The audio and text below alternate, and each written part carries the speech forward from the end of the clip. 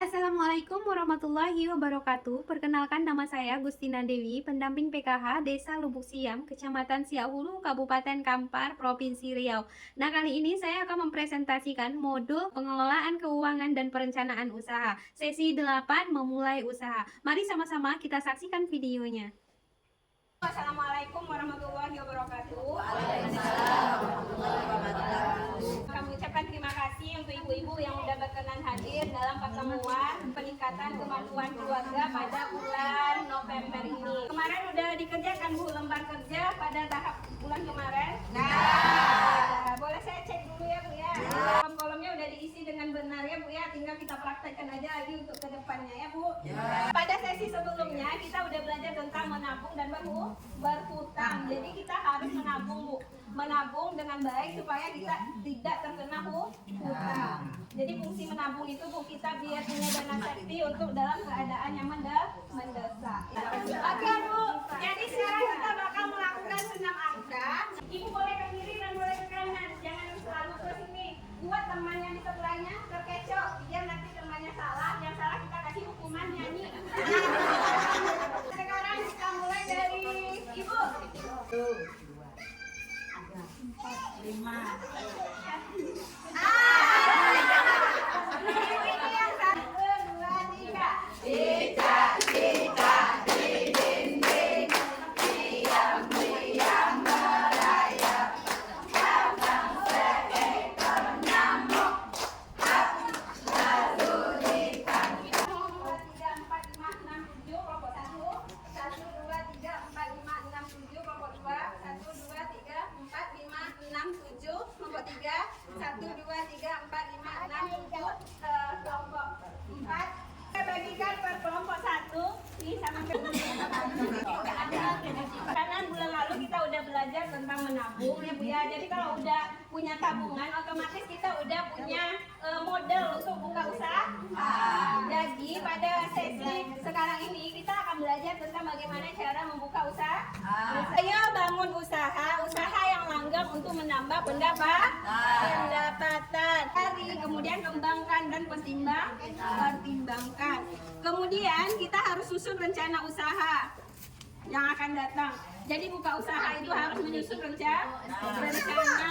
Selanjutnya, pantau kondisi keuangan usaha dengan rutin. Apakah kita mendapatkan untung atau rugi? Uang tidak cukup? Ya, sudah. Uang tidak cukup? Ya.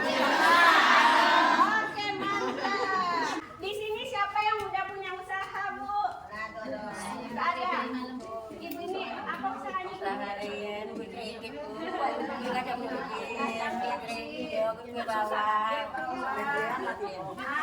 Taruh di warung, nanti aku minum.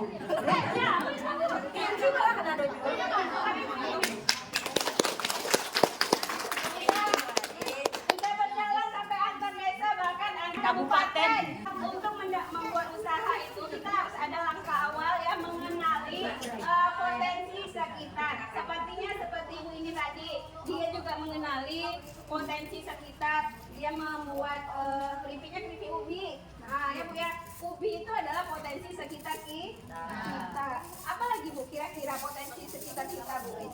Pisang misalnya Bu, kita yang mewah kalau menanam. Ya, jadi kita harus memperhitungkan potensi di sekitar kita, kemudian juga keterampilan yang kita miliki. Sekarang per kelompok coba dicatat 5 masing-masing, kira-kira apa sih usaha yang bisa kita buat di sekitar Ibu. Nah, per kelompok ditulis Bu, satu perwakilan. Kok 1 udah selesai Bu? Ya. Ingat, lotek, bakso, becal, galengan. Nah, Merentekan, ya. jualan gorengan, kredit kain, jualan sarapan pagi ya, lontong atau nasi goreng. Nah, boleh Bu. Kalau kue basah, kue talam, kue ondel-ondel, kue keringan, peye, kue bawang. Mantap.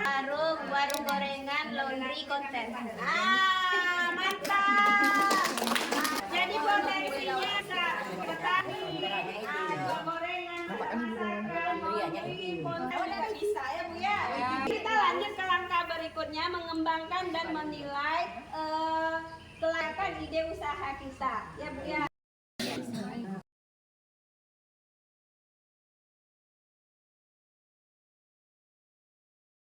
Dalam memulai usaha, kita harus tentukan ide usaha kita. Nah, yang pertama, usaha apa yang harus kita lakukan? Nah, yang kedua, siapa target pembeli?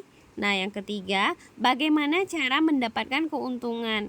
Dan yang keempat, apa penyebab kegagalan usaha kita selama ini? Setelah mempunyai ide usaha, kita harus mengumpulkan informasi sebanyak-banyaknya tentang ide itu, agar kita bisa mengembangkan dan menilai apakah ide tersebut dapat dilaksanakan atau tidak. Kita bisa mendapatkan informasi lebih lanjut dengan datang ke pasar, bertanya kepada orang. Suka memberi matang, tidak rela masaknya. Sayangnya banyak orang yang bermatang dan tidak dapat dimakan.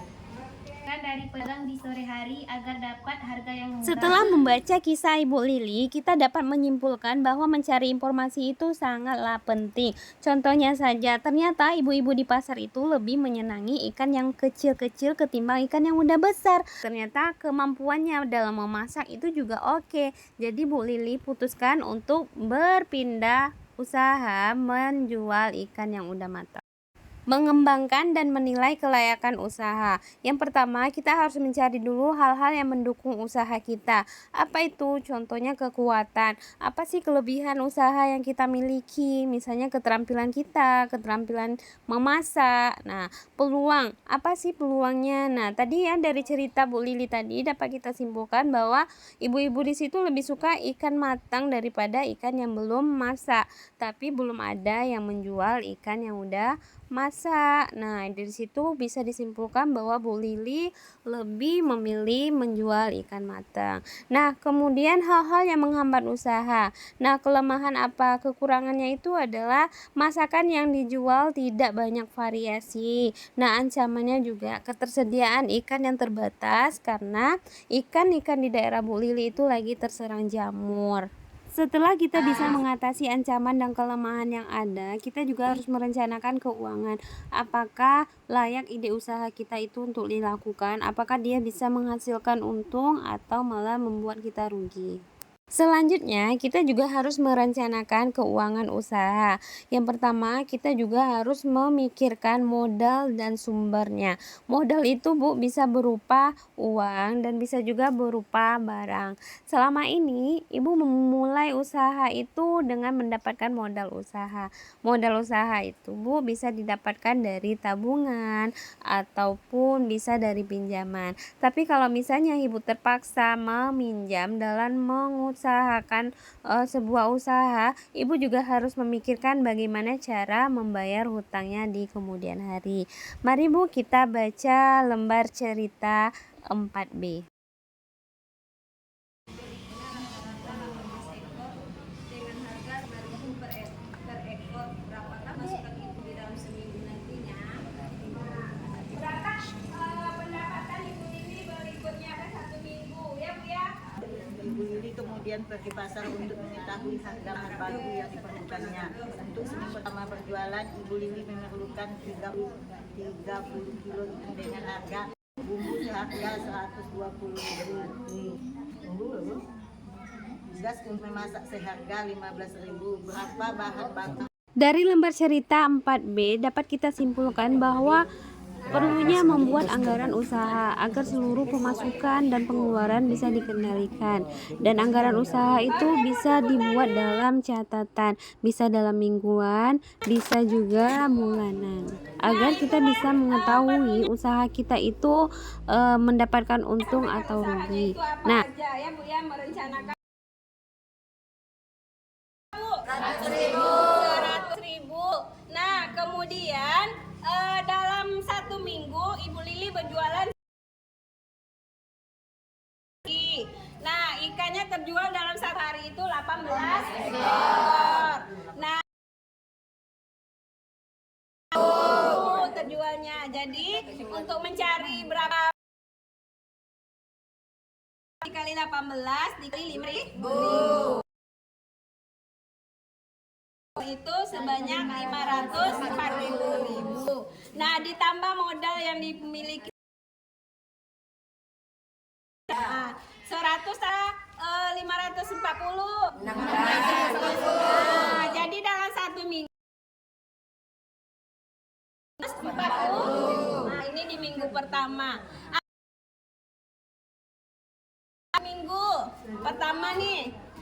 panci. Panci harga 30. Habis itu kain lap harganya 2.000. Dikali ikan 10 kilo dikali 10. Bumbu-bumbu 120.000, kemudian gas 15.000. Aman berapa? 100.000. Jadi total pengeluaran Bu Lili selama 1 minggu itu adalah 5.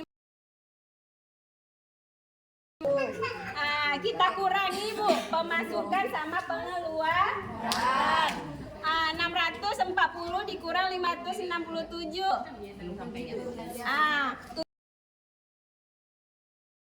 Pada minggu pertama Bu Lili mendapatkan keuntungan sebanyak 73. Itu minggu pertama ya Bu ya. Sementara pada minggu kedua Bu Lili apa namanya tuh pinjaman. Karena dia udah nggak pinjam lagi, udah dibayar. Panci, nggak perlu lagi beli kain lap, nggak perlu lagi beli gas. Dengan penempatan sama 540, di pengeluaran itu semakin sedikit Bu, jadi 420. Yang didapat sama Bu Lili pada minggu sebanyak 125.000.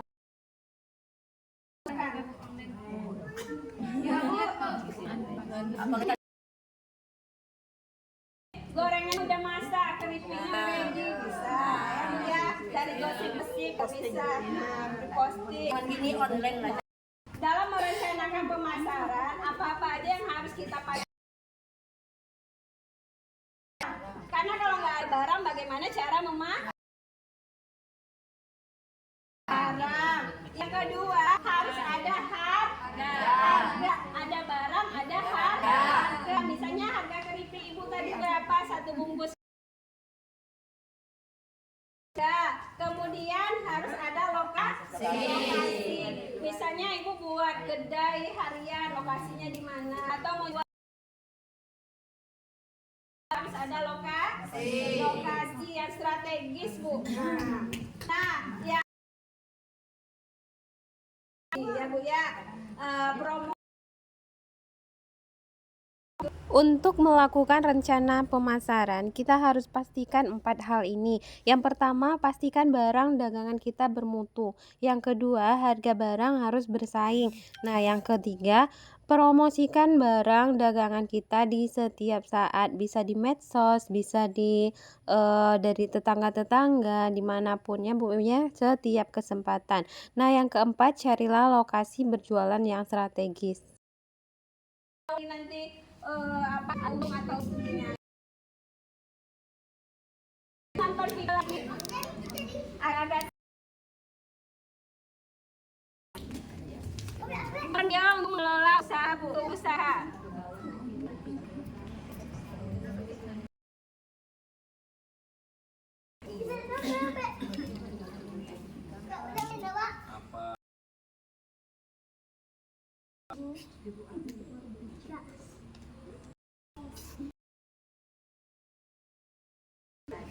Mengelola keuangan usaha. Apa-apa aja yang harus kita lakukan dalam mengelola keuangan usaha? Kita tonton video dulu ya Bu.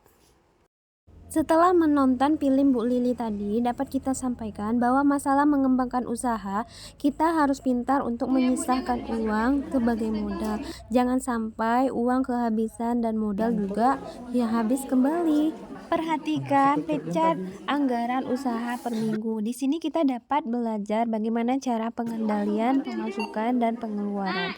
Nah, biar kita tahu uang kas kita, kita juga harus menggunakan catatan khas usaha kita untuk menentukan pemasukannya dan pengeluarannya itu apakah sisa ataukah kita rugi. Tiga fungsi utama dalam membuat catatan kas harian. Yang pertama, dapat menunjukkan usaha kita memberikan kita keuntungan atau kerugian. Yang kedua, membantu melacak pemasukan yang kurang atau pengeluaran yang berlebih. Yang ketiga, mampu mengetahui barang-barang apa saja yang dominan lebih paling banyak laku dibandingkan yang lainnya.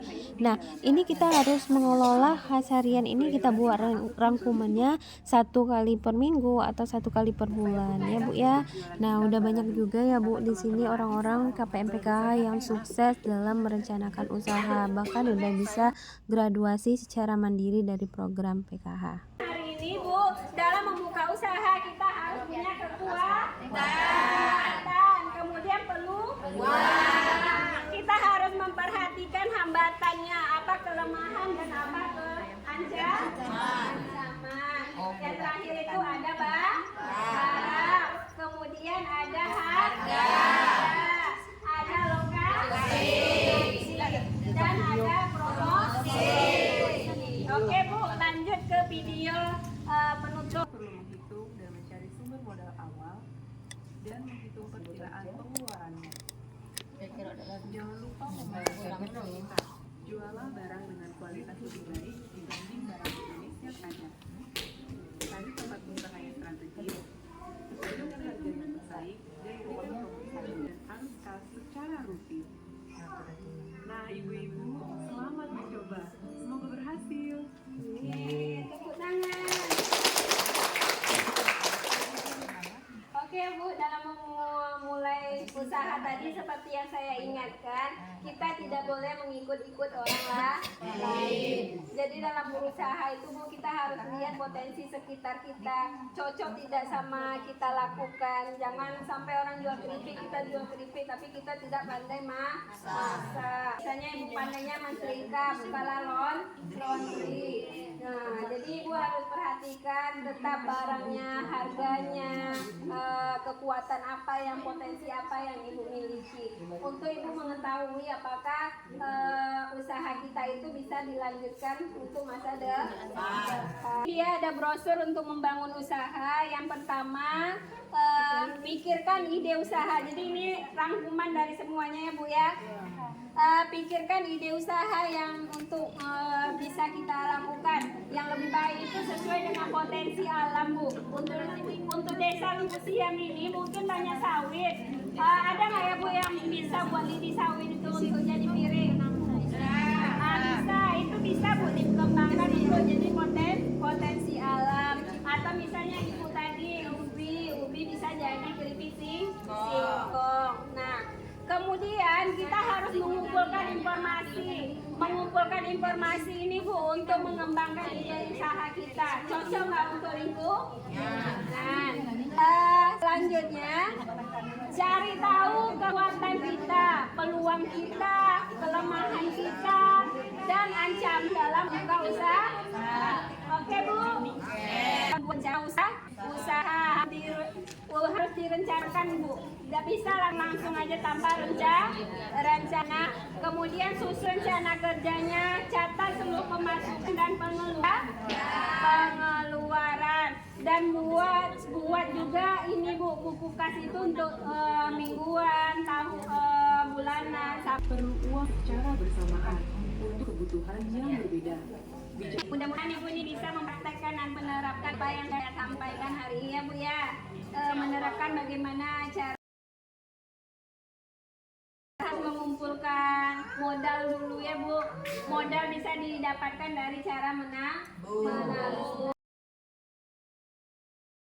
Kalau terpaksa berhutang, kita harus pikirkan dulu. Karena berhutang itu Bu harus ada perencanaan. Langsung berhutang, tapi nggak tahu cara. Penting Bu untuk kita menghadapi hal yang besar. Nah ya Bu ya. Jadi kalau perlu kita filter lagi yang mana jadi keinginan, yang mana menjadi duitnya nggak cukup, keinginannya bisa kita kurangi. Nah kalau tidak dikurangi tapi nggak cukup, keinginan itu bahkan tidak harus kita wujudkan. Karena kita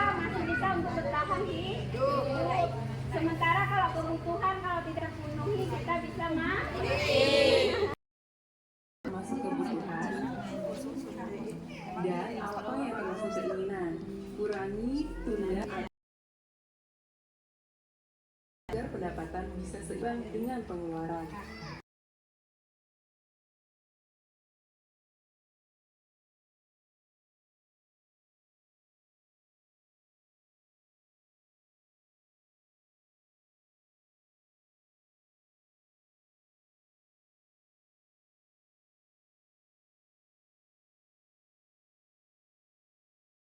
Terima kasih banyak kami ucapkan kepada ibu-ibu yang udah mengikuti sesi ini dengan baik. Semoga apa yang kita pelajari pada hari ini bisa bermanfaat bagi kita dan kita bisa membuka usaha dan mengembangkan hasil yang semaksimal mungkin. Amin ya robbal alamin. Wabillahi taufiq wal hidayah. Wassalamualaikum warahmatullahi wabarakatuh.